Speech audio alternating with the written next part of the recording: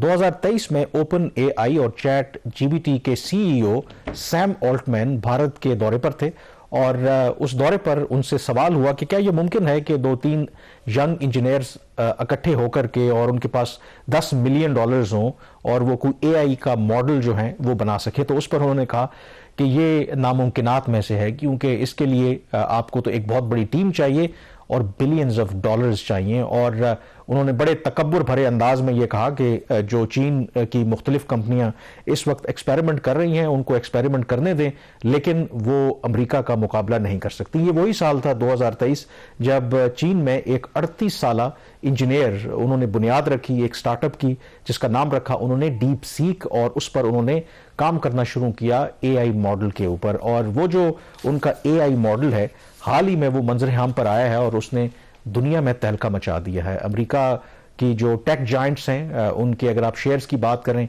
उनमें रिकॉर्ड गिरावट आई है। दूसरी तरफ इस हद तक अमेरिका अब परेशान है कि जो ट्रंप इंतजामिया है उन्होंने तो कहा है कि एक सदर ट्रंप ने कि एक वेकअप कॉल है, और साथ ही उनके जो मुतलका इदारे हैं वो ये भी तहकीकात कर रहे हैं कि क्या ये जो नया मॉडल है चीन का एआई का ये उनकी सलामती के लिए खतरा तो नहीं है।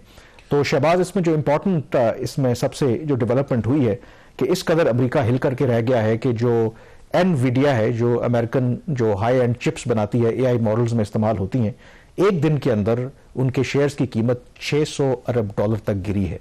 मसलन ये इसका एक इम्पैक्ट है कि कैसे एक चीन की छोटी सी कंपनी ने, एक स्टार्टअप ने अमेरिका को हिला के रख दिया है। कामरान, जो भी आपने बात की इसको अगर समराइज किया जाए, एक कंपनी डीप सीक के नाम से जो दिसंबर 2023 में लॉन्च हुई, उसका पहला वर्जन आ गया और जो उसकी लॉन्च ओवरऑल जो कंपनी की कॉस्ट है, उसका जो कैपिटल है वो $60 लाख है।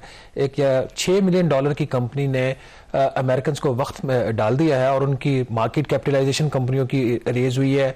एनवीडिया का आपने जिक्र किया कि वो $3500 उसकी $3.5 ट्रिलियन की वो कंपनी, और अभी मैंने प्रोग्राम में आने से पहले चेक किया तो उसकी जो प्राइस थी वो $2.9 ट्रिलियन पे वो ट्रेड कर रही। जो कैपिटलाइजेशन उसकी मार्केट की 17% उसके शेयर प्राइस गिरी है सिर्फ एक दिन में।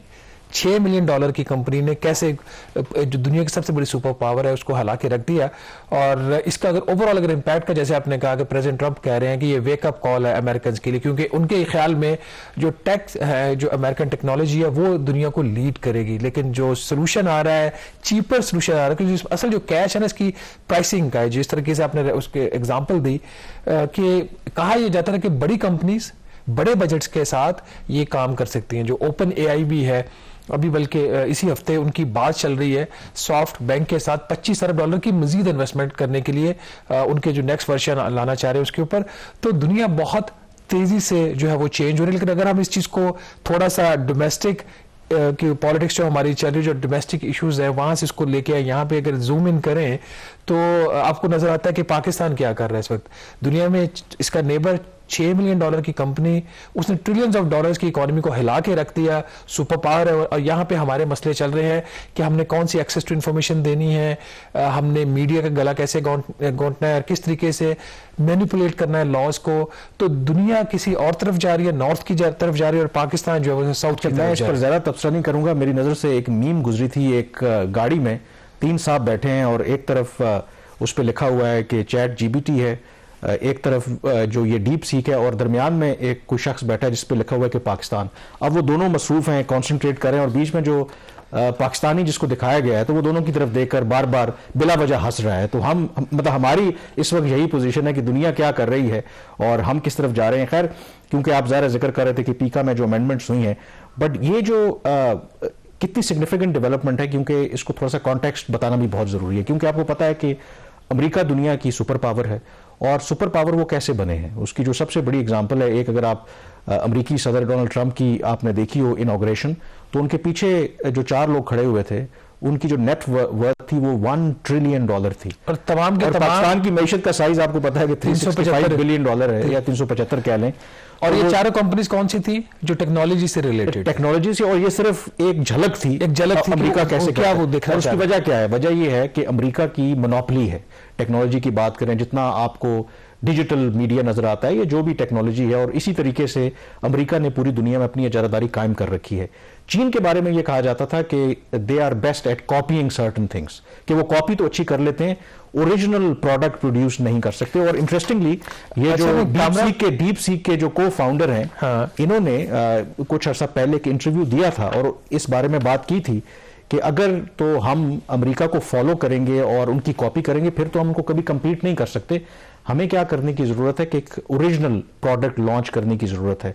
और अगर ये जो मोनोपोली है, मैं थोड़ा सा कॉन्टेक्स्ट इसलिए आपको दे रहा हूं कि वॉशिंगटन से निकलकर बीजिंग या बाकी जगहों पे चली जाती है, तो फिर अमेरिका जिस तरीके से दुनिया को कंट्रोल करता है वो कंट्रोल नहीं कर सकता। तो ये सिर्फ टेक जायंट्स की लड़ाई नहीं है, बल्कि दुनिया में आप कह सकते हैं कि दुनिया को कंट्रोल करने की भी लड़ाई है, इसीलिए वहां पर थरथली मची। कामरान, पिछले अब शायद ऐसा ना हो कि ये भी कॉपी ही हो, अगर आपकी नज़र से 2-3 आर्टिकल्स गुजरे हों, जिसमें एक फाइनेंशियल टाइम्स का आर्टिकल है जो ओपन एआई कंपनी है, जो चैट जीपीटी के पीछे जो उसकी मेजर फाइनेंशियल स्ट्रेंथ है, उसका बैकर है। ओपन एआई ने ये क्लेम किया है कि it has found evidence that Chinese artificial intelligence startup deep seek use the US companies proprietary models.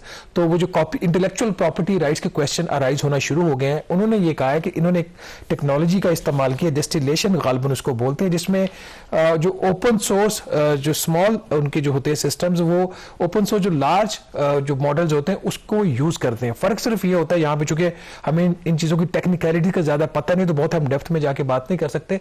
Apparently इसका फर्क ये होता है कि जो इस तरह के ओपन सोर्स अवेलेबल होते हैं वो उसमें वो इंफॉर्मेशन के लिए और उसके हेल्प के लिए तो हो सकते हैं, इन्होंने उसको इस्तेमाल करके अपना एक सिस्टम बिल्ड किया है।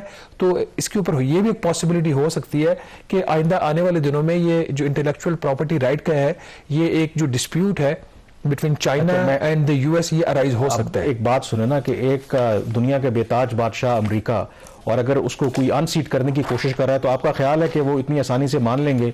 अब अपनी वो नाकामी को छुपाने के लिए देखें ना, अब तो वो ये भी कहेंगे, क्योंकि ये जो उनको बड़ा एक तकब्बुर था कि नहीं, ये जो मिलियंस ऑफ डॉलर्स की गेम नहीं है। खुद ट्रंप ने ये अनाउंस किया था कि वो एआई के शोबे में $500 बिलियन की सरमायाकारी करेंगे या इसमें पंप इन करेंगे। इतनी बड़ी बात हो रही है, और एक छोटी रकम के साथ जब उन्होंने एक एआई मॉडल, और जो सबसे इंपॉर्टेंट, अब ये भी बात ना भूलें कि ये पहला मौका नहीं है कि चीन ने इस तरह का कोई एआई मॉडल तैयार किया। इससे पहले जो 2 इस तरह के एक्सपेरिमेंट उन्होंने किए थे, उस पर जो खुद चीन के नेशनल थे उन्होंने उनका मजाक उड़ाया था कि यार ये इन्होंने क्या चीज बनाई है।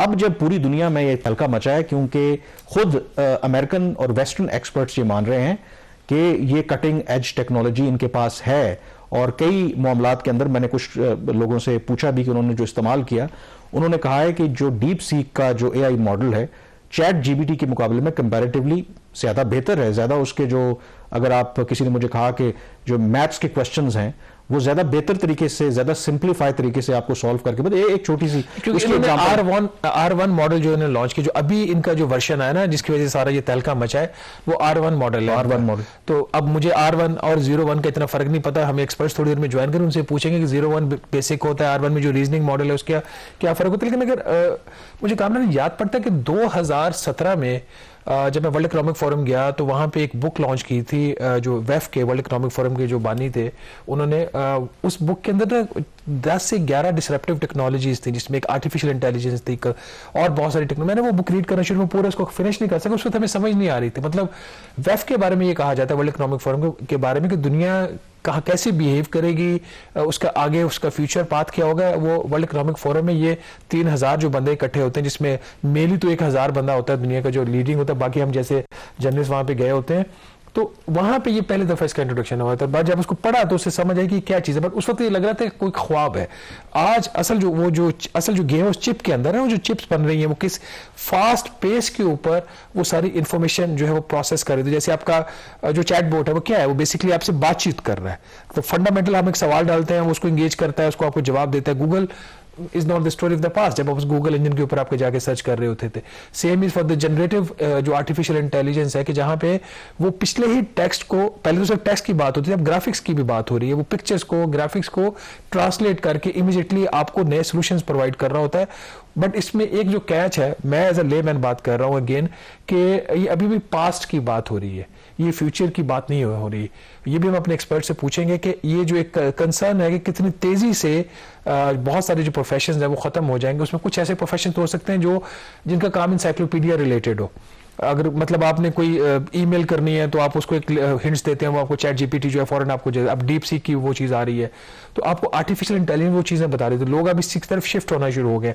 कुछ नौकरियां तो खतरे में पड़ेंगी, बट जर्नलिज्म के अगर ऊपर बात करें ना लाइटर नोट, अगर तो प्रेसली छापनी है तो वो तो आर्टिफिशियल इंटेलिजेंस छाप देगा। हम शायद फिर भी थोड़ा बहुत रेलेवेंट रहने की कोशिश करें। आपने वो बताना है जो अभी गूगल के ऊपर, इंटरनेट के ऊपर अवेलेबल नहीं है। इंटेलिजेंस जो भी कर ले, जो एक ओरिजिनल, जो फ्यूचर की भी आपने बात की, एक ओरिजिनल कंटेंट और जो एक इंसान के इमोशंस हैं वो तो उसके अंदर वो नहीं आ सकते। और ये जब मेरे ख्याल में जब इंडस्ट्रियलाइजेशन या इंडस्ट्रियल रेवोल्यूशन भी आया था, ये उस वक्त भी कहा जाता था कि ज़ाहिर है कि उस वक्त जब मशीनें इतनी नहीं थी, मजदूर काम करते थे कि जी सारे बेरोजगार हो जाएंगे। लेकिन आई थिंक कि वक्त के साथ फिर जो रिक्वायरमेंट होती है आप उसके मुताबिक अपने आप को ढाल भी लेते हैं। अब इसमें जो सबसे इंपॉर्टेंट है ना कि अमेरिका तो इसको इतनी आसानी से एक्सेप्ट नहीं करेगा। एक आपने जिक्र किया ओपन एआई का, वो ऑलरेडी इल्ज़ाम लगा रहे हैं कि शायद उन्होंने उनका डाटा या उनके जो मॉडल्स हैं वो चुरा के ये बनाया है।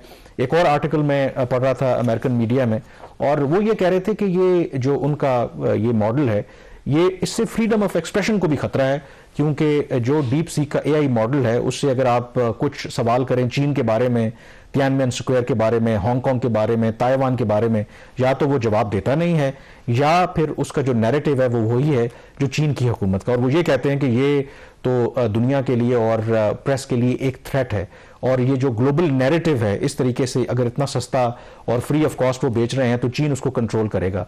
अब अमेरिका से और मगरब से पूछे, क्योंकि इतने अरसे तक तो वो अपना नैरेटिव बेचते आ रहे हैं ना, जो कुछ गाजा में हुआ है या अभी भी हो रहा है वो अपना नैरेटिव बेचते हैं ना, काउंटर नैरेटिव तो है ही नहीं थर्ड वर्ल्ड कंट्रीज का या साउथ का, जो ग्लोबल साउथ जिसको कहते हैं।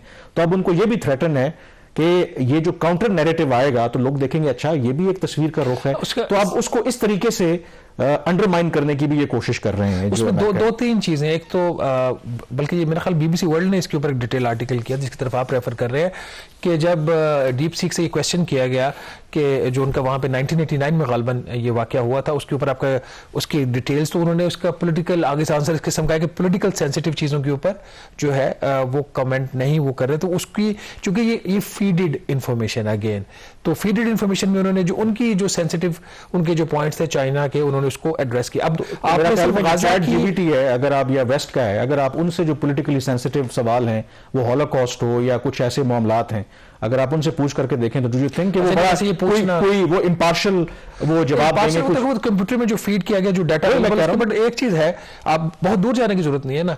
जो बड़े न्यूज़पेपर्स हैं ग्लोबल मीडिया के, जिसमें आपका फाइनेंशियल टाइम्स है, आपका वॉशिंगटन पोस्ट है, आपका न्यूयॉर्क टाइम्स इंटरनेशनल है, इनका जब गाजा के ऊपर जो स्टोरीज आती थी पैलेस्टाइन के ऊपर, तो इनका जो कमेंट सेक्शन था वो बंद होता था, मतलब आप उस पर जाके कमेंट भी नहीं कर सकते। तो ये खैर फ्रीडम ऑफ एक्सप्रेशन जो है ये इतना नहीं है जितना दुनिया में क्लेम किया जाता है। पाकिस्तान की जो सूरत है वो बहुत ही अबतर होती जा रही है। अब फेक न्यूज़ के नाम पे जो कुछ पाकिस्तानी मीडिया के साथ होने जा रहा है, इसके बारे में जो खदशात जाहिर किए जा रहे हैं वो भी आपके सामने है। पर अभी तक हम अपना जो फोकस है वो आर्टिफिशियल इंटेलिजेंस के ऊपर ही रखेंगे। यहाँ पे हम छोटी सी ब्रेक लेंगे, ब्रेक के बाद वापस आएंगे तो हमें हारून बलोच साहब ज्वाइन करेंगे। उनसे डिजिटल मीडिया के जो ओवरऑल प्रॉस्पेक्ट्स हैं और आर्टिफिशियल इंटेलिजेंस के कॉन्टेक्स्ट में जो डीप सीक वाला ये वाकया हुआ है जिसने दुनिया को हिला के रख दिया है, उनके व्यूज इसके ऊपर लेंगे। Stay with us.